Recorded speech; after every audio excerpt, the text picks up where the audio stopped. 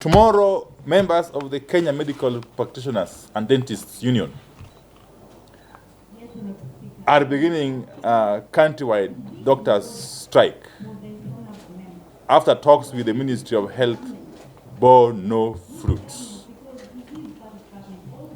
As we know, the Health Cabinet Secretary has been very casual and dismissive in her approach to this matter. It could be a problem of capacity. We don't know. Consequently, from midnight, hundreds of thousands of visits to outpatient clinics will have to be cancelled or postponed. Tens of thousands of scheduled operations or surgeries will also have to be cancelled. Public hospitals, which provide most of the secondary and tertiary medical care, will have their emergency rooms, dialysis units, oncology departments, obstetric and neonatal departments, and other vital facilities shut. The country is therefore staring at deaths and complications that could have been avoided. Those deaths and medical complications will have to be blamed on the out-of-touch Health Cabinet Secretary and an uncaring Kenya Kwanza administration. We wish to make it clear that we stand with the doctors in this strike and their demands. It is our understanding that the doctors are not fighting for themselves. They are fighting for Kenyans, and especially those with no capacity to seek health services in private hospitals, and therefore must make do with public hospitals. In asking for health budget to be raised to 15%, the doctors are fighting for better health services for Kenyans. In demanding that the government operationalizes the Facility Improvement Fund, the doctors are fighting for the people of Kenya against a government that does not understand and does not care. We have seen the casual, reckless, incompetent, and overly simplistic manner in which the Health Cabinet Secretary has handled this matter so far.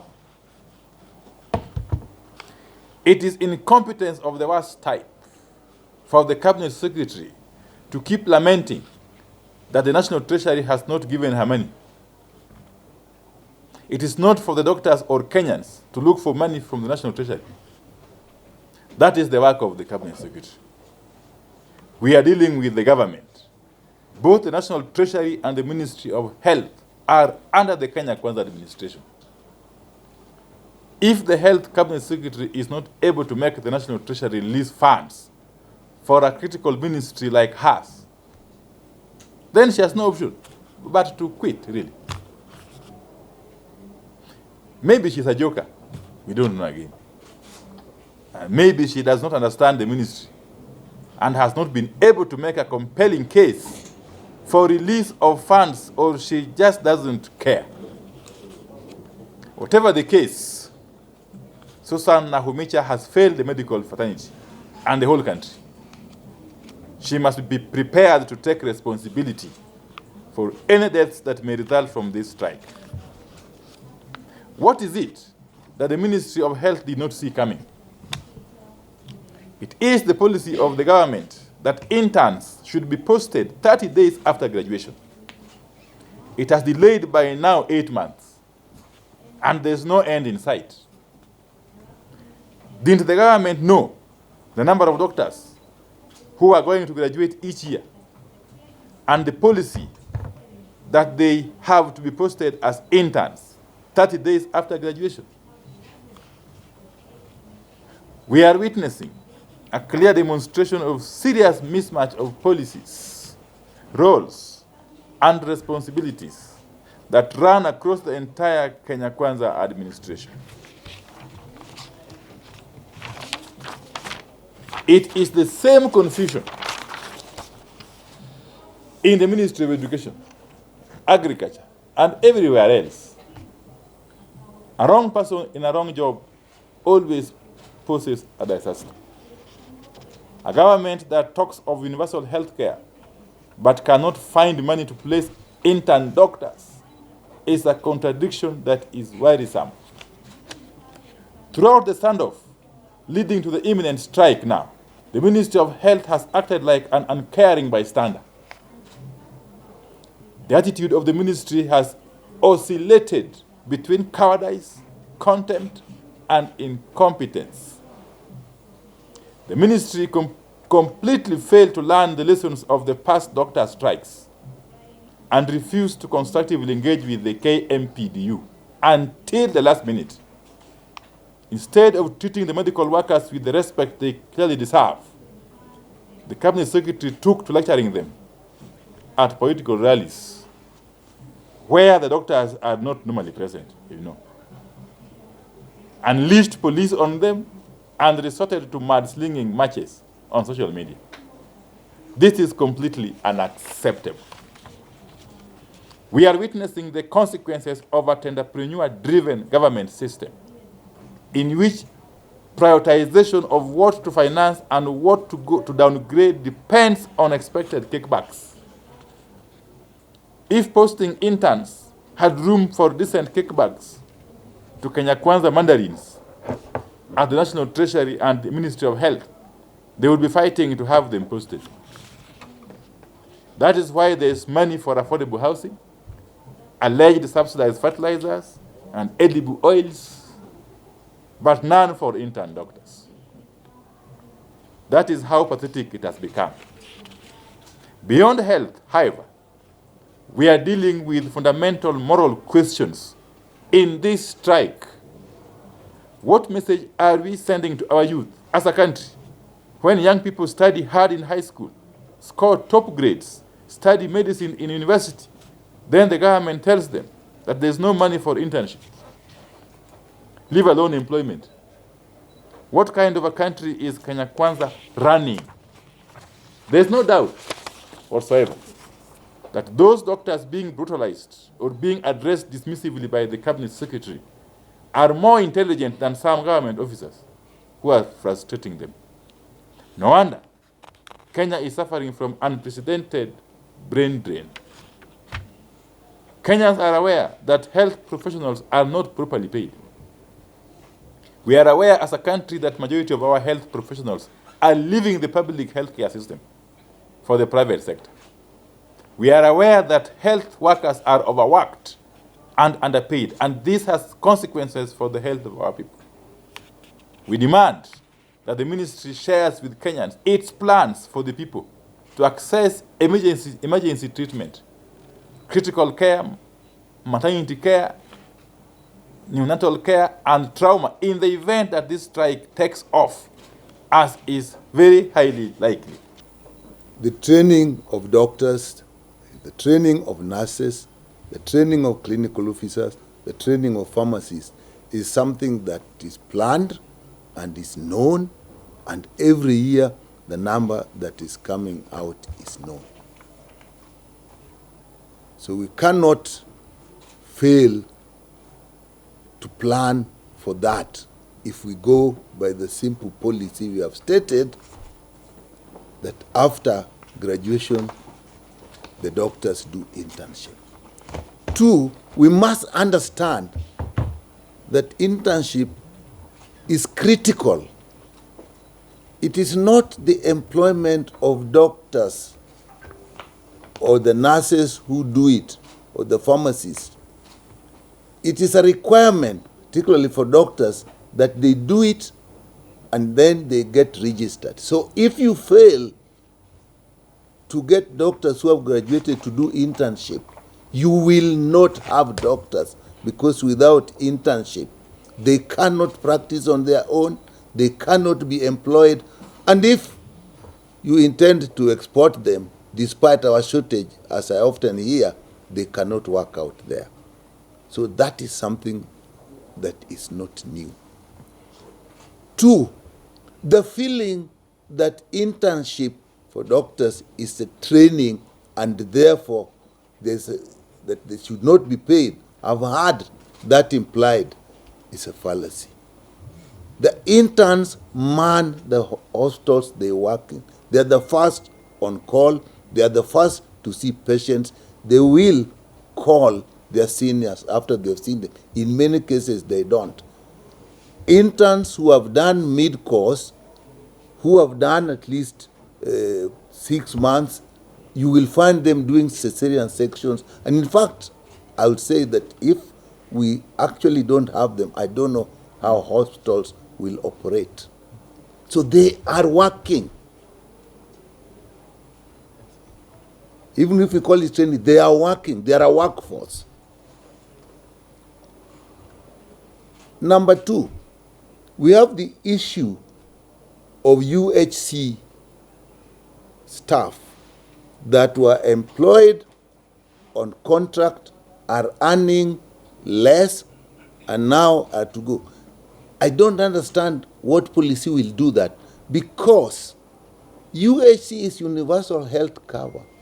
And we did a pilot, and we are saying we are going to now expand it. If you are expanding a program, how then do you get rid of the people who started the program? That is a policy discrepancy. Why, if it is a program, why should they earn less than their counterparts if they are doing the same work?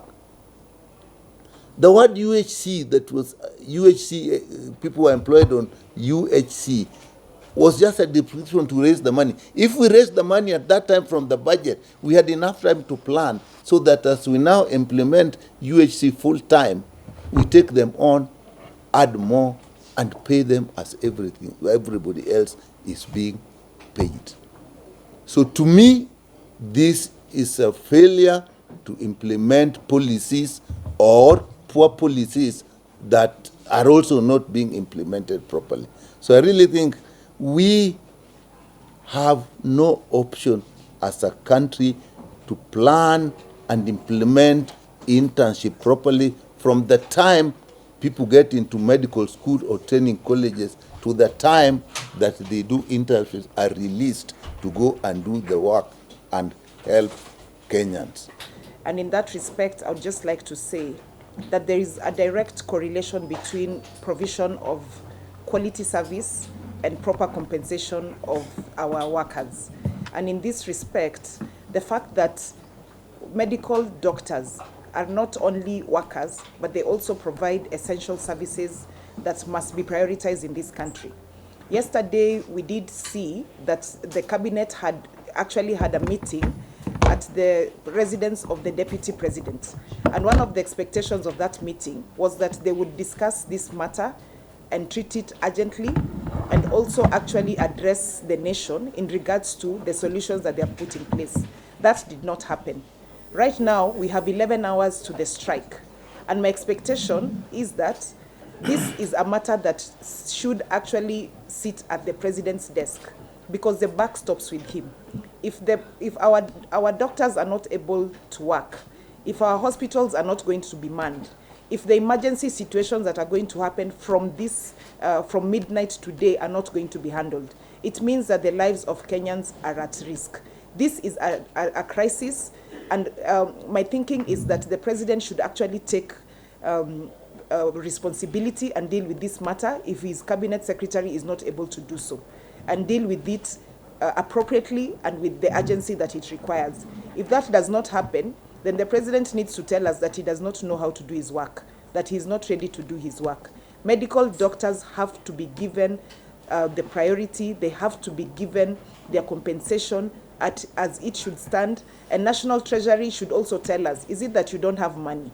Is it that you have not collected enough? With all the taxes that you're charging Kenyans currently, why are you not able to pay our workers? And so within 11 hours, as the Azimio coalition, we want to hear what solutions you have put in place to ensure that you actually avert this strike.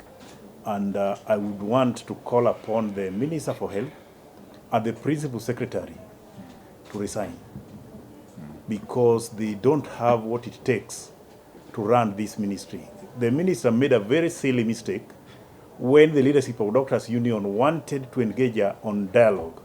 Instead of meeting the leadership, she opted to call interns themselves to bypass the leadership, which means she lacks what it takes to engage, to lead, such a serious ministry, and as a trade unionist, we believe in dialogue, we believe in consultations, we believe in literally engagement. But now, if you have a minister who is not aware or who is not able to engage, then there is a very big loophole in that ministry. When you go there, you'll find the PS is talking his own things, the minister is talking her own things. They are not communicating. There is a very big communication lapse between the office of the PS and the office of the minister. So nobody is delivering in that ministry. Instead, there is serious fights. There are serious groupings in the ministry which can bring health sector down. So come midnight, as trade union leaders in this country, we are fully in support of Doctors' Union to down their tools come midnight, and we want to ask Kenyans, if you want to fix the issues of health, let us support this strike once and for all. Tunataka kufikiria waziri akiwa mama anafikiria kutafanyika nini usiku wa leo baada ya saa 6, wamama wajawazito washikwe na uchungu wakimbie hospitali, hakuna madaktari. Wamama hawa tutawapoteza. Mama yule mtoto mdogo atashikwa na homa usiku, aende hospitali kutafuta usaidizi, tutawapoteza. Idara hii imeweza kukosa mwelekeo, imedisappoint Wakenya wote, na hatuko tayari kama wabunge kuungana na serikali hii. Haiangalii mahitaji. Daktari ndio mtu wa kwanza amesoma masomo zaidi miaka 6 kati ya career zote, na yeye ndo analipwa mshahara wa chini. Utapata daktari anapanda bodaboda anaenda kuhudumia watu hospitali. Kuna ile kesi ya Nakuru. Ni nini serikali haiwezi kuona? Walimu wanalia. Kila mtu hapa yuko kazini kwa sababu ya mwalimu. Walimu hawaangaliwi Kenya. Polisi hawaangaliwi Kenya. Ndio wale wengine wanapelekwa Haiti, sijui kutakuwaje. Lakini madaktari tunawaunga mkono kwa sababu hii Kenya lazima usukume uende mgomo ndio serikali isikie. Lakini tunataka kusema, tuambie rais wetu afikirie watu watapata accident usiku wa leo, watahudumiwa na nani? Majeraha watahudumiwa na nani? Ni vifo tunatafuta vya watu wetu Kenya au ni nini? Tunajiulizwa tukiwa na hofu nyingi sana. Namfikiria ule mama ambaye atakimbia hospitalini leo, usiku wa leo. Atafika pale, amebeba mtoto. Ana uhakika anajipeleka kaburini. Manake ana hakika haendi kupata tiba lolote. Lakini atafika pale. Cha kwanza, changamoto, hamuna madawa. Hamuna vifaa vinavyofaa. Alafu tena zaidi ya haya, hakuna daktari atakayemhudumia. Kuna vitu vya kuchezea, lakini afya ya binadamu sio kitu cha kuchezea. Na ninasema kwa uchungu kama mama, kama kuna mama wote atakaye kufa Migori County akijifungua, na kukuhakikishia Ruto, hiyo maiti nitakufikishia State House uizike wewe ama uile wewe. Manake ni chungu sana. Fikiria binadamu, maisha ya binadamu sio kitu cha kuchezea. Mbele ya Mungu yako siku ya hukumu utazungumza nini? Huchungi wanyama, huchungi hata binadamu. Kweli fikiria kama una wakati wa kufikiria. Mgomo huu uisimamishe, fanya kitu cha haki ya kutetea madaktari, kwa sababu hata wewe unatibiwa na madaktari. Lakini una pesa unakimbia hospitali makubwa. Wasiojiweza wanakuangalia, masikini wanakuangalia, na sisi wabunge tutaungana nao, tutaandamana, lakini jitayarishe maiti zote za Migori County na kuletea State House. Uzile wewe. Ile pesa unakunywa nazo chai, una entertain nayo marafiki zako kule. Imetosha kuwatetea hao madaktari. Maiti hizo zitayarishe kuzipokea. We have seen the office of the deputy president, his resident, being renovated at a cost higher than the cost that was used to be, to put it up. So it is just wrong, immoral, actually amoral for what this government is doing. Can it avail money for doctors? Any government that respects itself must take care of its citizenry. That strike is now imminent. And for the avoidance of doubt, we stand in solidarity with the doctors. Sure.